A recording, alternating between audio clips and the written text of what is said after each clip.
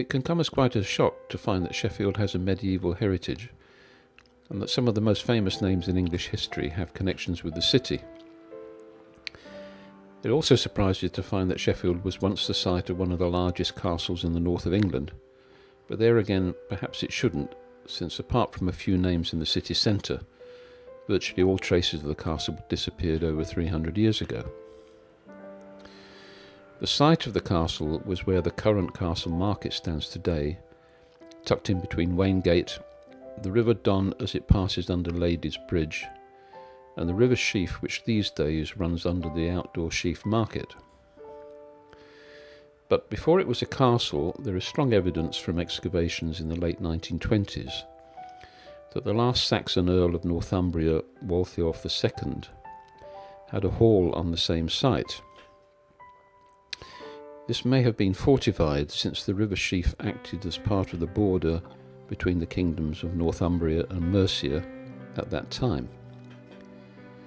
In fact, the word sheaf is derived from the Old English for border or division, and is where Sheffield gets its name. Curiously, this same small river was also part of the border between the counties of Yorkshire and Derbyshire until well into the 20th century. After William I's conquest in 1066, Waltheof, despite marrying the conqueror's niece Judith, rose up against the king and was caught and beheaded in 1076.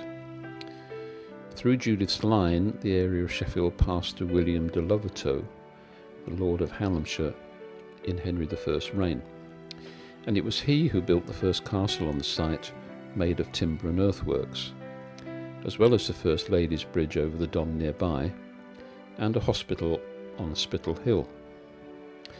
Extensive orchards, fishing ponds and a deer park were also developed. City names referring to these today are still familiar relics from this period. In 1204, de Lovertow's great-granddaughter Maud married into the Furnival family, another name which still crops up around the city.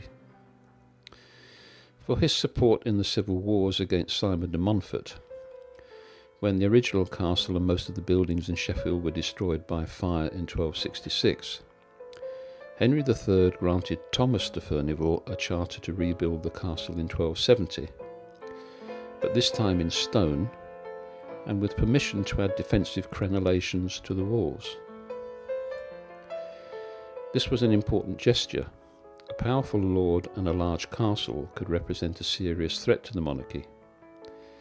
Making the castle impregnable was a sign how much Henry III trusted in Thomas de Furnival's loyalty, and how much he needed him to stand up to less trustworthy noblemen. This illustration shows how it is thought the castle would have looked when first completed. The view is from a position roughly above the junction where Angel Street meets High Street today. The north and east sides were bounded by the rivers Don and Sheaf. You can see Ladies' Bridge at the top left. Around the rest of the castle is a moat or a ditch.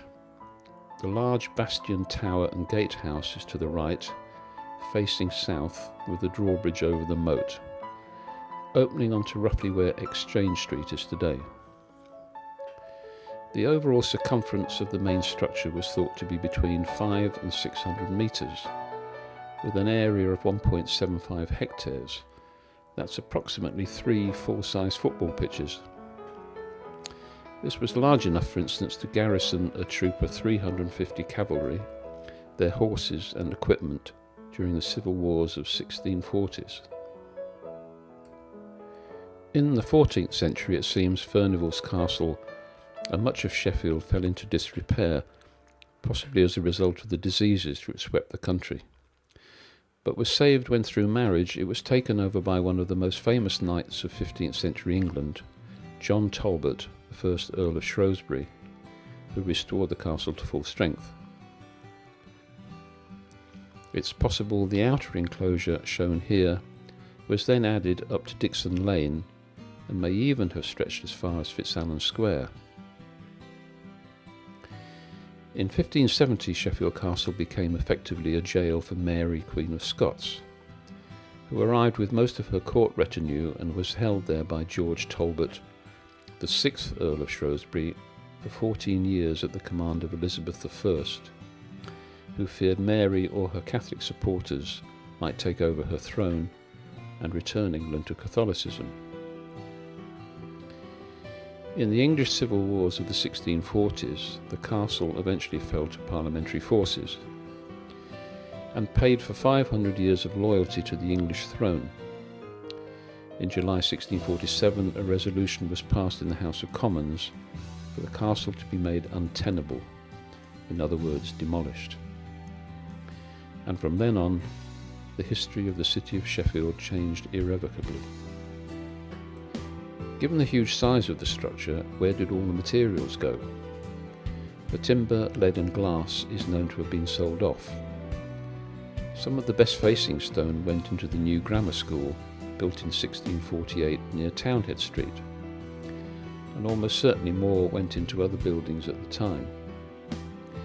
But it is likely the remainder, probably mainly rubble fill, was used in lime kilns, tipped into the moat, or was just levelled out. This illustration, for example, shows just how high today's level is above the original castle ground level. Let's hope when Castle Market finally moves to its new premises at the other end of the city in 2013, archaeologists can be finally allowed to examine the site and shed far more light on Sheffield's fascinating medieval past.